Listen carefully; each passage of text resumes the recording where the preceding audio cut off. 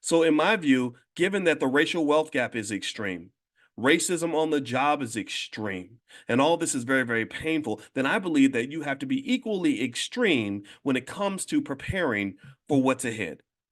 I don't think that there should be a limitation in how extreme you are to prepare to protect your children and grandchildren from the extreme pain, indignity, suffering, and stress they're going to feel by entering into a competitive economy where they're not prepared. Think about how horrible that feels, how terrible it feels to not have enough for you to feed your children, how terrible it feels to know that if that man pulls the plug on my job, I don't know what the hell I'm going to do. Think about how painful that is to just know that you could be homeless in 3 or 4 weeks if you lost that job that you have. That's scary. So why am I considered the extremist when I say we should be investing stock and buying stock for our kids before they're born? Because if you invest consistently for those children, even at small amounts of money, just the amount of money you waste on fast food, if you put that same amount in the stock market for your kids will be financially secure. They'll be ready to do whatever they need to do. That's not crazy. That's not extreme. What's crazy to me is walking into the pits of hell and walking into the fire and thinking somehow that it's going to be okay for you. That doesn't make sense to me. So the second rule is every black child that wants to be prepared should own stock by the age of 5. What's the third rule in the Black Wealth Master Plan? The third rule is that every black child that wants to be prepared, every B1 child should be prepared to make a down payment on real estate by the time they are 21 years old. By the time they're 21, they should have enough money somewhere, which might come from, I don't know, the $100,000 in stock that their parents have built up because they've been investing for them. They should have enough money somewhere where they can make a down payment on some real estate so they can become a property owner if they choose to. Now, they don't have to buy property at 21. Maybe they'll wait till they're 25. That's okay. But they should be in a position to make that move if that's what they want to do. So those are the 3 rules.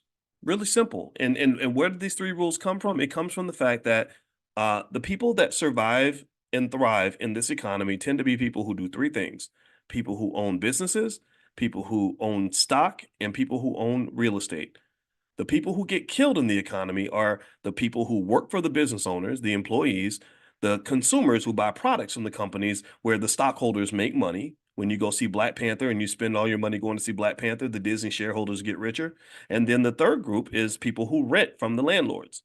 So instead of having a culture where we have nothing but employees, consumers, and renters, I prefer to see a culture where we also have just as many people who are employers, investors, and landlords. If you are the employer and the investor and the landlord more than 60-70% of the time that you enter into the economic system, you're going to win. You're going to be wealthy. You're going to be ahead of everybody else. So ultimately, this is it. This is the master plan. It's very simple. Write down those 3 rules. Learn how to start a business by the age of 12. Own stock by the age of 5 with consistent investments in more stock. Don't just do it one time. You do it consistently every week. Just like when you buy fast food, just like going to the bathroom, just like eating lunch every day, consistently, consistently, consistently, consistently. Number 3, down payment money by the time they're 21 years old, with the understanding of how to go buy real estate, with the understanding of how to go and buy a piece of property, because that property will increase in value as inflation arrives, as the economy moves forward, as time moves forward. Real estate values tend to go up. You can rarely find any decent community anywhere in America where the cost of property now is cheaper than it was 20 years ago. Those communities rarely exist. So ultimately, this is the master plan. This to me is 100 times better than anything you'll ever get going to college. The flaw of of traditional thinking when it comes to economics is that there are a lot of people who don't start doing anything economically to prepare their children. They don't start at all until the kid is 18 years old. So that means you've wasted 18 years doing nothing financially to put the child ahead. Do you understand how much you can do in 18 years? I mean, do you really understand that if I was to invest, say, let's say I took the same amount of money that I put toward a car note. Let's say my car note's $600 a month, and I put that money in the S&P 500, and let's say I'm just randomly picking stocks. I don't even let's say I don't even know, I don't even know which stock to pick. So but I'm just picking in the S&P 500. So I randomly pick an S&P 500 stock every week, and I do that with $600 every month. Do you know that by that in 20 years, in that 20 years that you wasted doing nothing for your kid economically, in those 20 years, I could literally have, what's the number, about three to $400,000 in assets. I mean, why would you throw away three or $400,000 and then throw the kid out there with nothing, struggling, economically naked?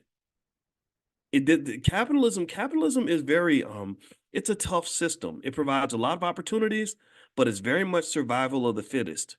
It's very predatory. And typically in America, what you find is that the people that have capital take advantage of the people that don't. The people that have options take advantage of the people that don't have options. That's just the reality.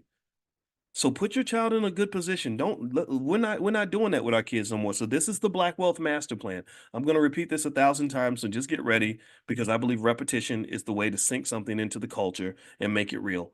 Some people aren't going to listen. I don't care about that. I want to talk to those who do, because it's a matter of getting ahead of the problem. You don't solve a problem when you're in it. You don't solve a problem after it's become a problem. You solve problems by preventing the problem. And that's what economic consciousness is all about. That's what manifest. I like that word manifest. That's what manifesting is all about.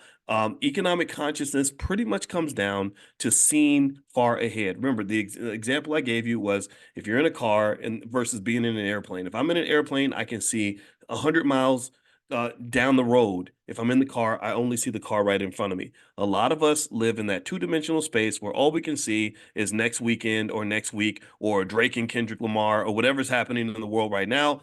People that have consciousness are in the airplane. They can see what's happening 50 miles ahead. Get ready. Be prepared.